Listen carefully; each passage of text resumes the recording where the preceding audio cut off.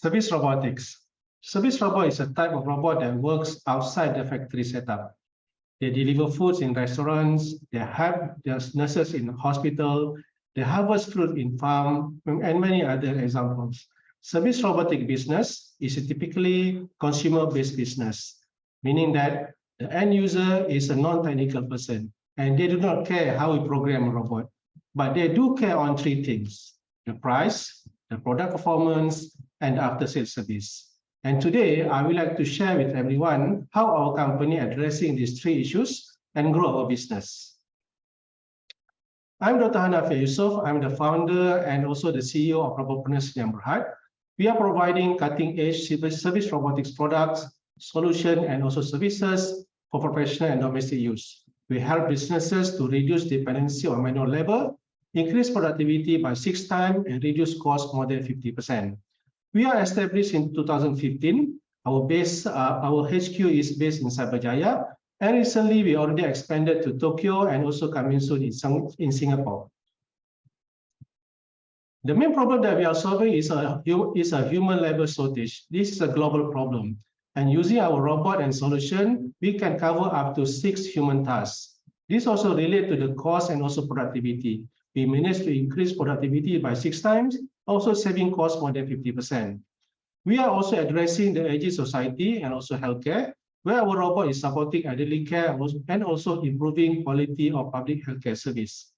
In education, we have many STEM education communities to provide robotics and STEM training programs and also deep tech talent development. We are a company that is helping many corporations to go for digital transformation. We provide service robotic solutions to solve technology gap and also the digital migration, as well as addressing the socio-economic unbalance during the DX transformations.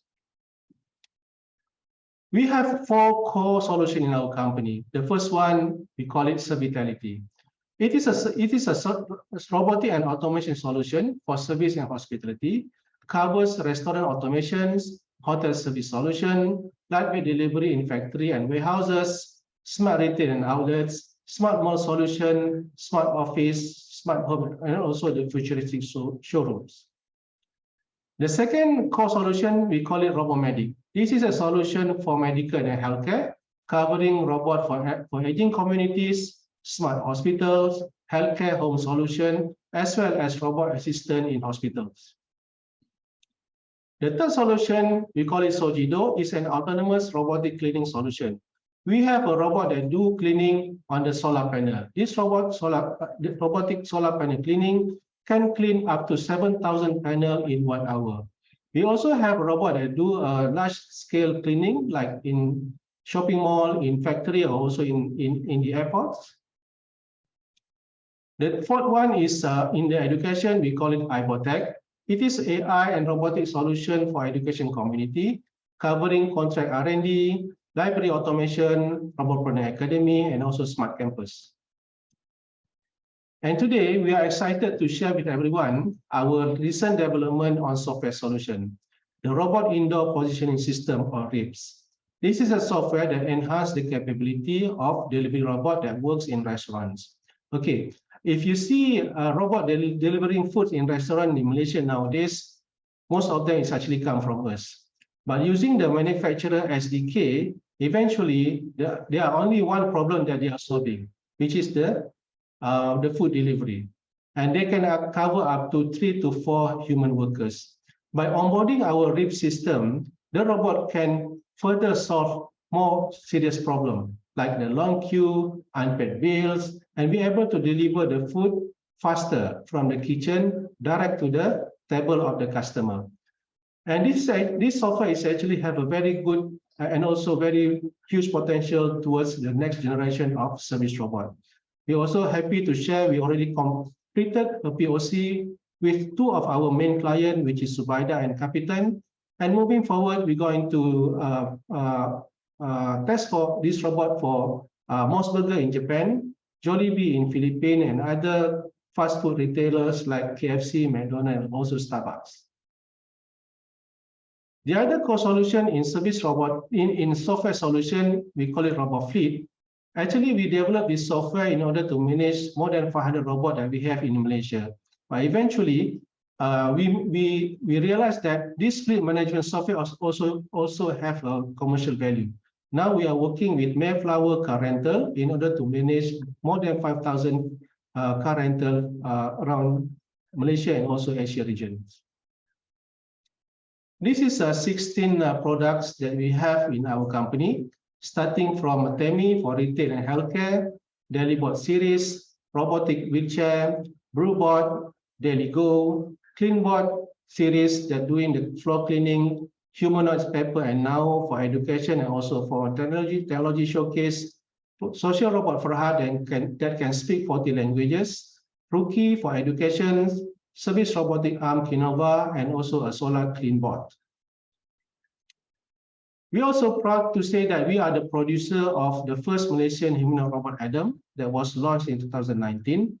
And last year, we also conducted a POC of smart hospital under the Ministry of Health in Hospital Berapahang. In order to complete our technology product solution, we also offering other 3D digital products. The first one is the digital 3D avatar. This is an animated avatar that helps to improve the marketing, also digital signage, where they can communicate 2 ways in multilingual. And we have 3D hologram, 3D printer, and 3D scanner service, and also a star device that used to scan using the facial recognition for security and also for attendance. Okay, so listening to our previous presentation, we are confident to see that our value proposition is on reducing dependency on manual workers, increase productivity by 6 times, efficiency by 2 times, and we can reduce the cost of the robots, the cost of the operation of a client more than 50%. This is a simple cost comparison by using 1 robot from us, comparing with the six human workers using a Malaysia minimum salary. Over 5 years, we can see here the customer eventually can save more than 400,000, which is 81% cost saving for the clients by using a robot compared to the human workers. As for the purchase option, we have 4 purchase options. The client can purchase direct as an asset. They can also lease, go for the lease to own package, where we bring our banking panel. Now we are working with SME Bank, Bank Islam, Oregon, and also Mitsubishi Capital to provide loan for our customer so that they can purchase the robot and pay monthly. We also offering short rental and also long-term leasing program. Our business model, we call it venture platform business model, consists of 3 segments. The first segment covering the robot as a product, the second one robot as a solution, and the robot as a service. Robot as a product is basically on product centric, either our product or the product that we bring from our partners. At this point, the profit margin is around 20 to 30%. Our main core solution is actually the one that we are focusing on this business model that bringing more revenue to us than more than 60%. And robot as a service, where we offer the after sales service maintenance together with the finance service, which bring us about 2 to 20% revenue. We are covering client segment from B2M, which is the manufacturer segment, where we sell some of our software back to the manufacturer. We have B2B in enterprise, B2G, B2A, and also B2C. We are number 1 now in Malaysia in terms of service robotics business. We own more than 80% of service robotic market in Malaysia. We sold more than 500 robots. We serve more than 1,000 clients, not only Malaysia, other countries as well. And we have completed more than 50 projects. Our revenue traction is quite positive, where year-to-year revenue growth is around 20 to 30%. Out of 7 years that we have been in the business, we never lost, and we are also growing exponential with the current company valuation of 35 million ringgit.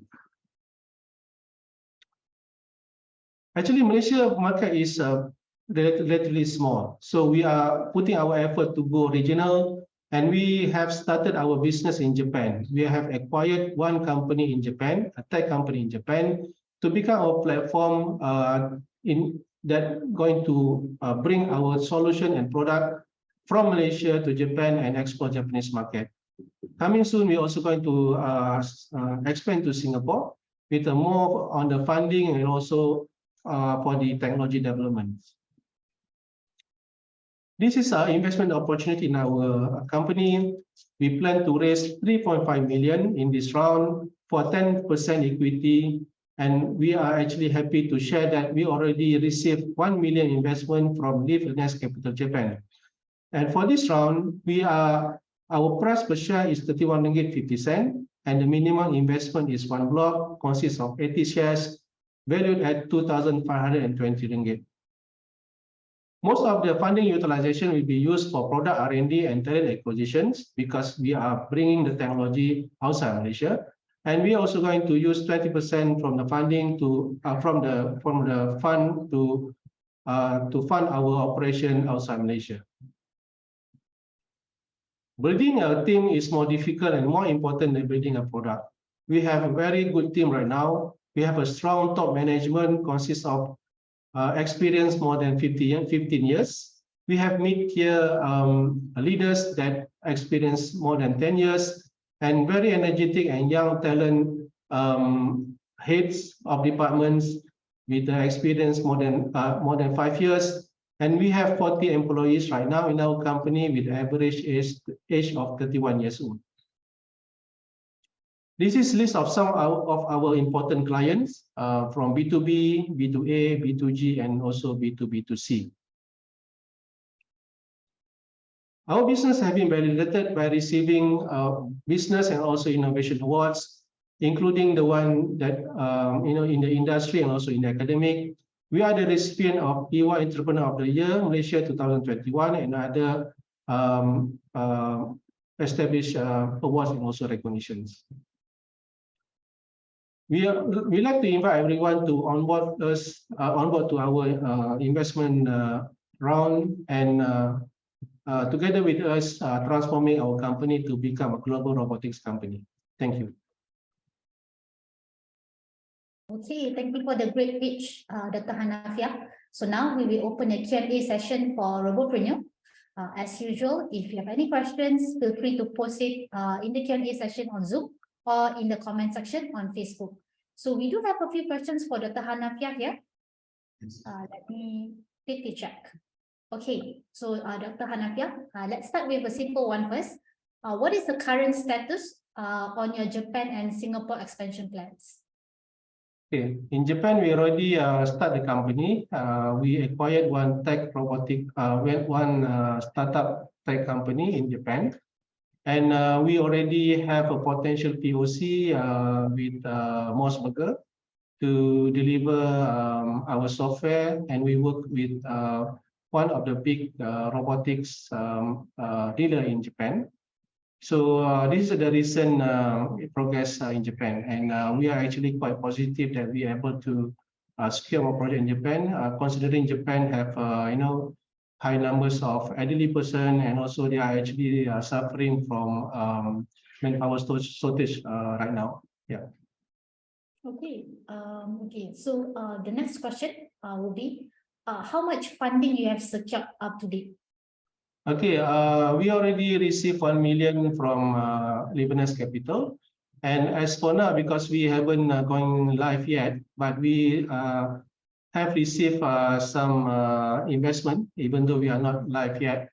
So now around 1.1 million. Okay, so the next question will be how long is required to build each of your product? Okay, for Adam Robot, the project was 3 phases. It's supposed to be 5 years. We completed the phase 1 within 1 year. Because of the funding issue, we couldn't, continue the project. But for prototyping, normally it takes about 1 year and another 2 years for testing, and maybe for the whole project, it could be around 4 to 5 years. Okay. So now that you actually have at least 5 to 10 robotic products, right? Can you also share a bit more about your product roadmap, and how do you plan to prioritize and implement any new features or an improvised version of your existing robots? Okay, as I mentioned just now in the presentations, that our company is more focused on solution rather than developing a product. Our solution is actually our product. So what we bring the value to the market is actually we try to understand what the important problem to be solved at the customer side, and we will select the best robot that and then combine with our customized software solution, and from there we are able to provide a complete solution to solve that particular problem. So the product roadmap is actually depending on the segment, because some of the segment they are required very is actually having a very good traction right now, like in F&B, like in medical is coming up, and also in the cleaning industry also is booming right now. So the product is actually some need to benchmark with the market demand. I think for Malaysia, after the F&B is going to be the cleaning and also the medical, and we have prepared for this market opening. We have the product ready and also the solution ready, and we believe that is going to be generating more revenue for us for the upcoming years. Okay. So the next question will be, what is your, now that you have already have an entity, right, in Japan, what is your marketing strategy to create brand awareness, particularly in Japan, especially in B2B? Okay. Yeah, Japan is actually a very unique market because they are quite have a strong belief on their own technology, and for a foreign company to do a business in Japan is something that not easy, and the failure is very high. So we strategize our market entry in Japan is not to compete with the local robotics dealer or companies. So what we bring in is actually the software. For example, the RIPS software that we develop in-house is actually enhancing the capability of delivering the robotic delivery in restaurants. So we bring those software and work together with a local robotics company, and we help them to sell more robots. At the same time, they will be fronting the deal, and we don't need to focus too much on dealing with the end user. So that's our first market strategy to enter in Japan.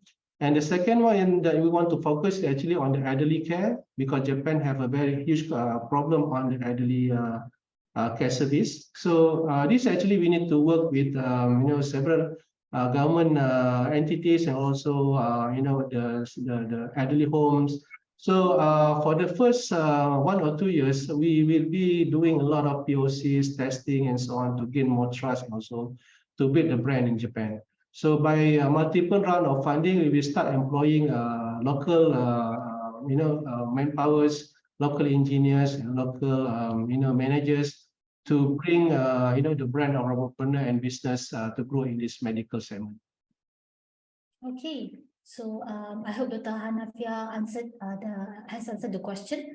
So the next question, Dr. Hanafia, this investor is asking about the exit strategy for the investors and what's the timeline look like. Okay, I can answer this question, but I think my CFO is here. Hello, can you guys hear me? And yeah, I think he's will answer better. Yeah, go on, sir. Okay, well, currently we're looking at a few options. Of course, we are always open to any acquisition talk with any other parties, right? And I think we also had one quite recently with quite a big company.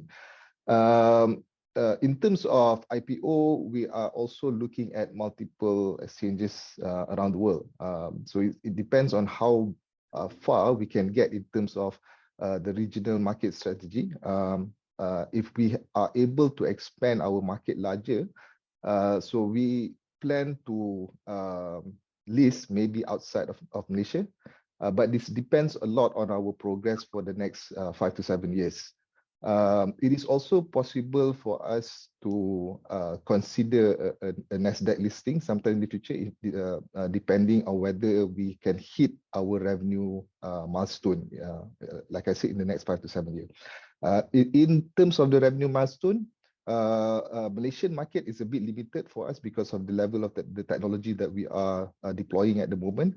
So for this particular fundraising, it is the main purpose is to establish presence in markets outside of Malaysia. We are of course starting with Japan, but apart from Japan, we are also considering other market depending on whether how much this particular fundraising round would allow us to stretch our capacity, right?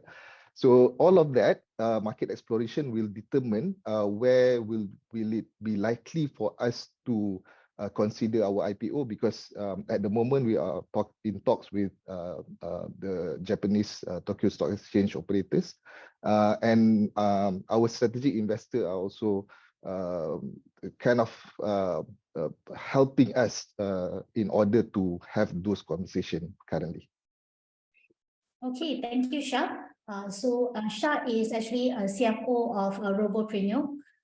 Okay, so we have two more questions before we close the Q&A session. And if you have any questions for Robopreneur, you can always go to their campaign page or contact Dr. Hanafia directly, which I will be pasting their campaign page link and contact details soon.